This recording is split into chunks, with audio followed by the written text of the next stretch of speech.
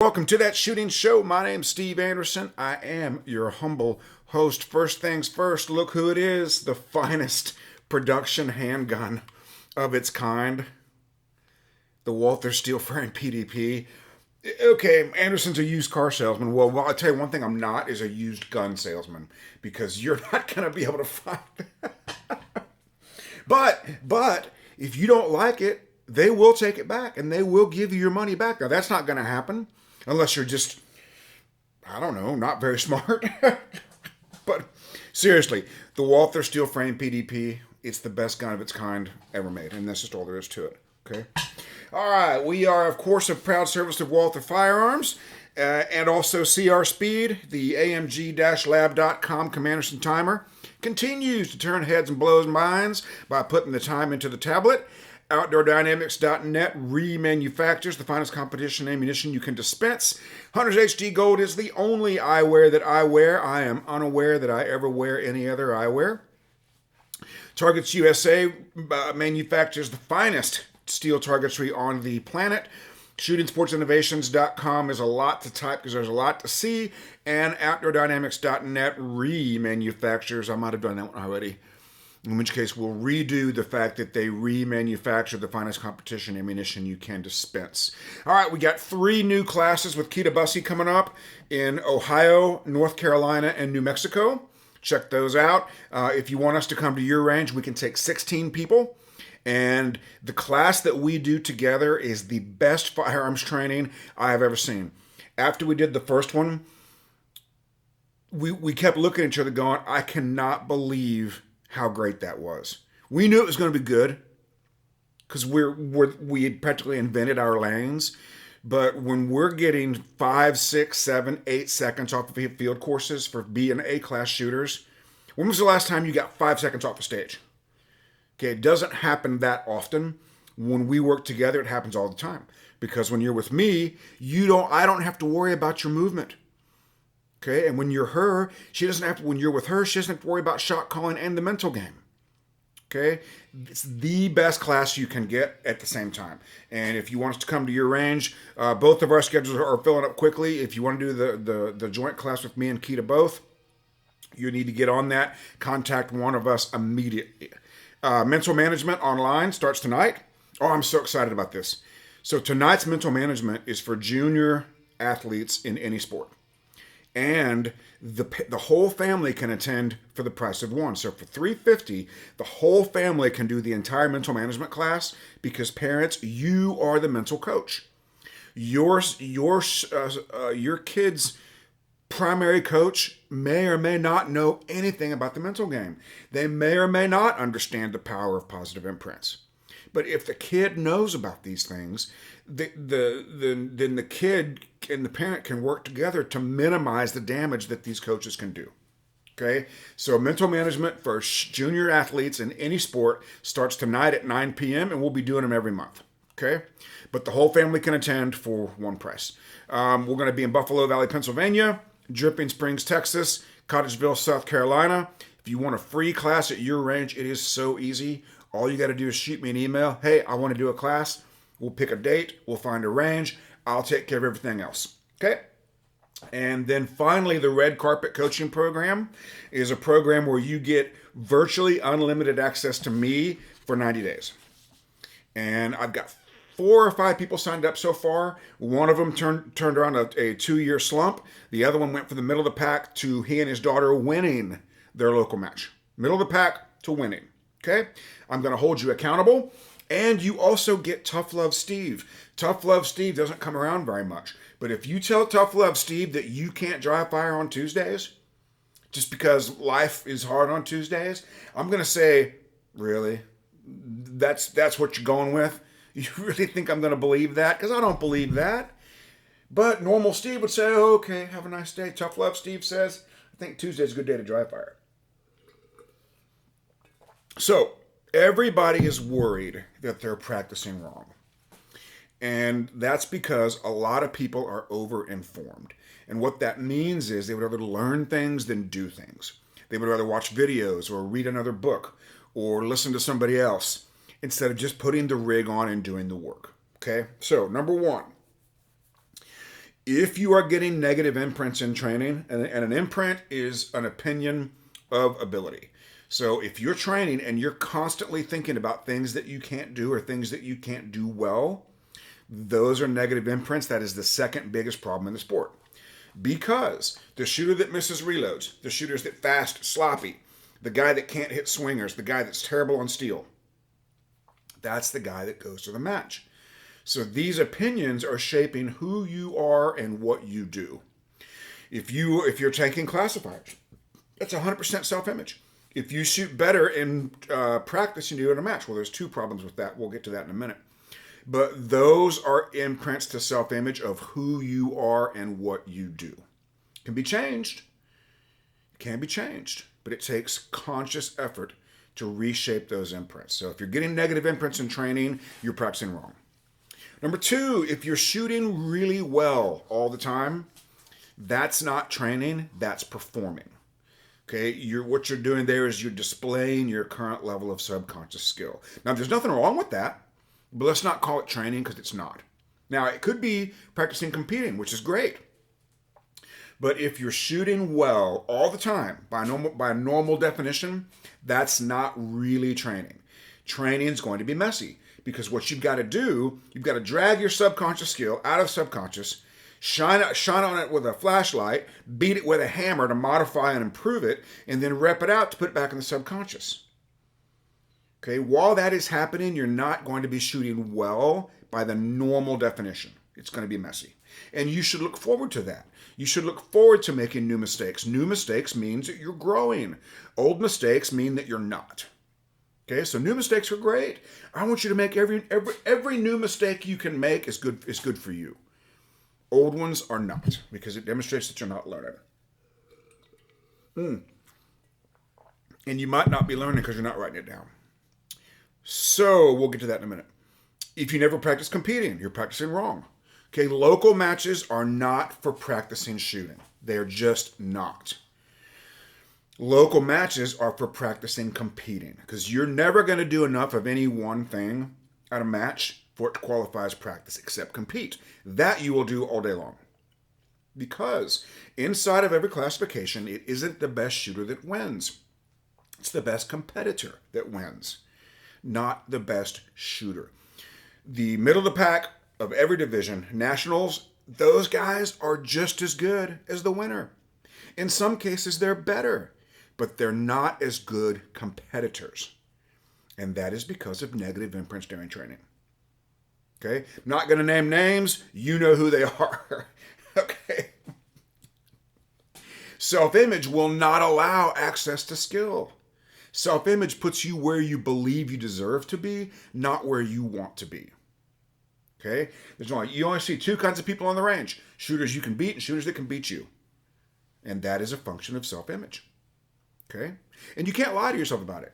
And by the way, I have never told anybody to lie to themselves to improve self-image. Because if you lie to yourself, your self-image will actually call BS on the lie, and it'll be a negative imprint. Okay? If I say I'm a millionaire, I say, yeah, right. But if I say I'm getting better at managing money, well, that's something I could believe. And the course of action is the same. Okay? So self-image needs to be stretched. Make your own jokes. All right. Where were we? Oh, the other problem is people don't have a major match process. They screw around at the locals. They don't take them seriously. They do dumb things like, I'll be the raw time champ today. Ha ha. So dumb. But they don't have a process for majors. So they get into a major and they're all tense and they're nervous because they haven't practiced their process.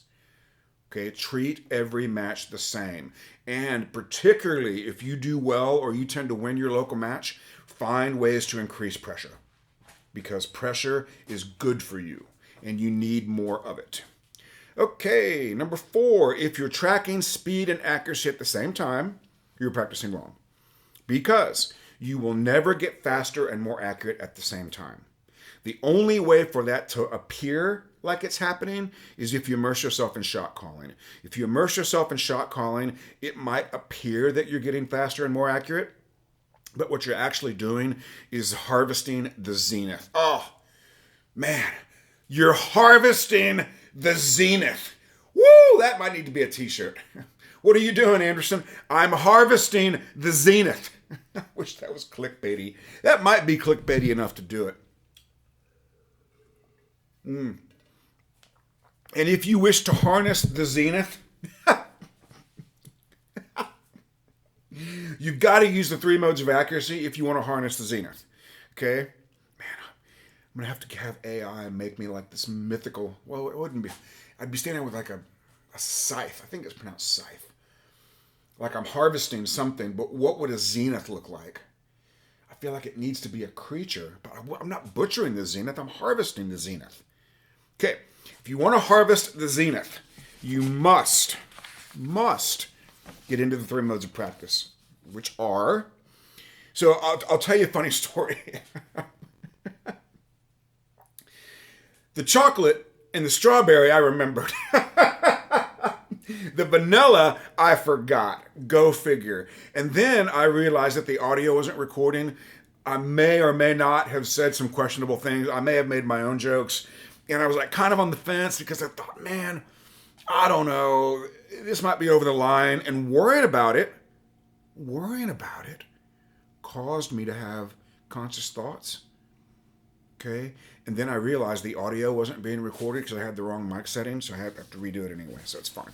But the 3 modes of practice: accuracy, speed, and match. In accuracy, the only thing that matters is the target. The timer's irrelevant. And accuracy mode is primarily group shooting, maybe partials, maybe steal, but there's no speed on it, okay? That's accuracy mode. Speed mode means, okay, I can hit these targets, not a problem. I want to be able to hit them faster than I'm currently hitting them.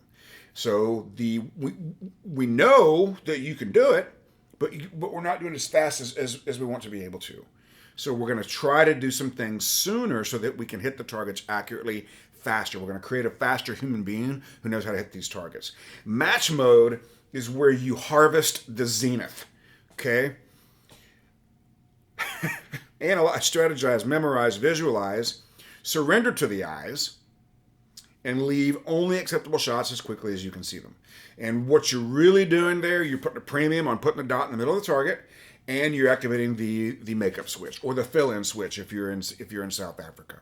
I don't know if they said fill-in anywhere else, but I'd been to South Africa 3 times, and finally the little girl says, "You keep saying makeup. What's a makeup?" And I explained it. "Oh, you mean a fill-in? A fill-in." Good grief. All right, so speed mode, accuracy, match mode. Strawberry, chocolate, vanilla. Harnessing the zenith. Okay? Now, if you think you're practicing wrong, you're probably overinformed. Okay? People want to sit there and think about these things. They want to read about these things. They want to talk about these things. I say dry fire for an hour and see if it's still an issue, right? We're including the dot. We're doing doubles drills. It's unparalleled grip hysteria, okay? The industry wants you confused. That's why you're overinformed. That's why you don't know what to do. That's why you think you're practicing wrong. Because this guy says that over there. This guy says that over there. I'm over here saying something maybe a little bit different, okay? These are opinions. What I'm talking about is facts, okay? I've been studying this stuff for 20 years, maybe 25 years by now. I know what I'm talking about. I know how to get you where you want to go. I promise. Number 7, if you don't define success, you will never have success. Therefore, you will never increase your confidence. What am I doing? Why am I doing it? And what is the definition of success? At a certain point, you might even say, what are we even doing here? What are we even doing here? Well, we're harvesting the zenith. That's what we're doing. Harvesting. All he does is laugh at his own jokes. It's a good joke. It's funny. Oh, make your own jokes. I almost made a reference I didn't want to about a joke. You have to continue your own jokes. All right, we're not going there. Okay, if you don't have today goals, you're practicing wrong. Shoot up score. Let's say you want to do El Pres, and you got to get an 8 hit factor, and that's an A-class run. I just make stuff up here. I don't know what they are right offhand. A good today goal is one class higher than your cold run. Okay, so if your first run is a B run, let's try to get an A run. Well, the first goal is to be able to shoot your classification. If you can't do that, then that would be the first today goal. Hey, I'm an A class shooter. I should be able to get an A class run. Use classifiers with movement. We are so blessed. Okay, so check this out. Keita Bussey and I literally changed the sport twice. Okay? That's why you should do a class with us together, because we changed the sport twice. I invented the modern dry fire method, and she literally invented the study of movement. And we both wrote the books about it. So what do we have now? We have classifiers that are veering away from 6 reload 6, because you'll notice up until fairly recently they were all 6 reload 6. Okay?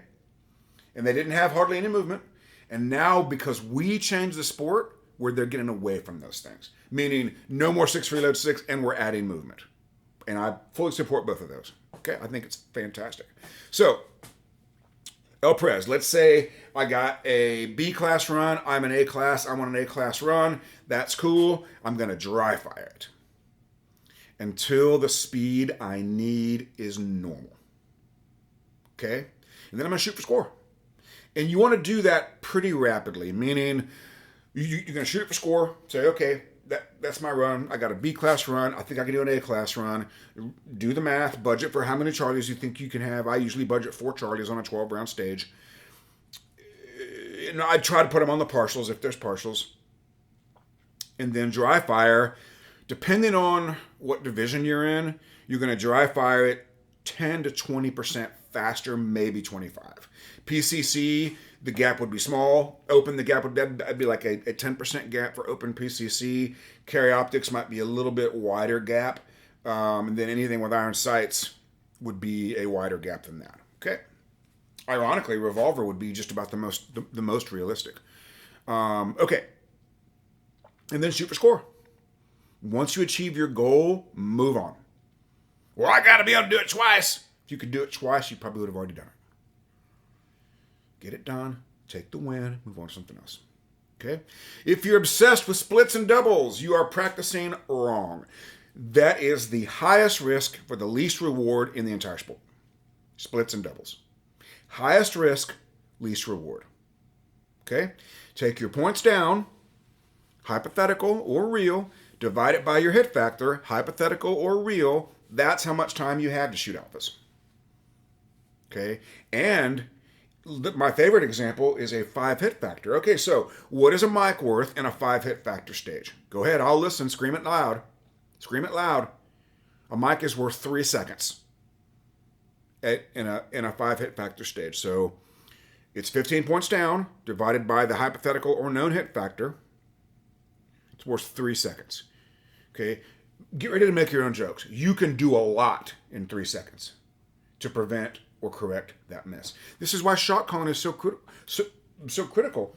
This info also reveals that we typically don't have time to make up observed Charlies. Charlies in general are better prevented than they are made up, but you don't have time to see a Charlie on the target, decide to shoot, and shoot an alpha. It'll never be worth it. A 1 hit factor it might be, but very, very, very, very rarely. Number 1, if you can't or don't diagnose accuracy, you're practicing wrong.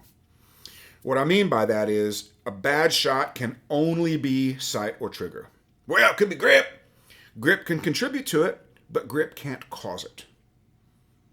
Movement does not cause bad shots. Leaning does not cause bad shots. Grip does not cause bad shots.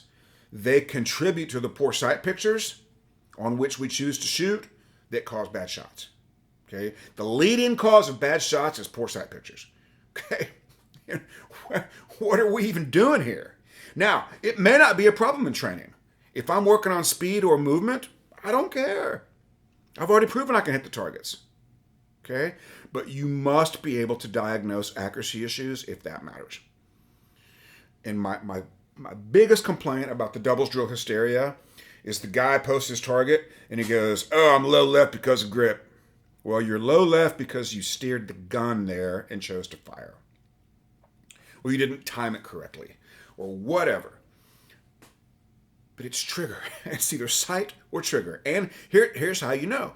Was the sight in the target, in the area of the target that I wanted to hit? Or was the sight in the middle of the target when I chose to fire? That's yes or no. If it was yes, then it's not sight, it's trigger. If it wasn't, it's sight. Okay? Number 11, if you think accuracy is a technical problem, you may be practicing wrong. For most people, accuracy is a mental opportunity or issue as opposed to technical. In the beginning, accuracy is a skill. And you're moving the gun in the process of firing it in the vast majority of the time. As we get better, that happens less, and we tend to be firing the gun on a poor sight picture.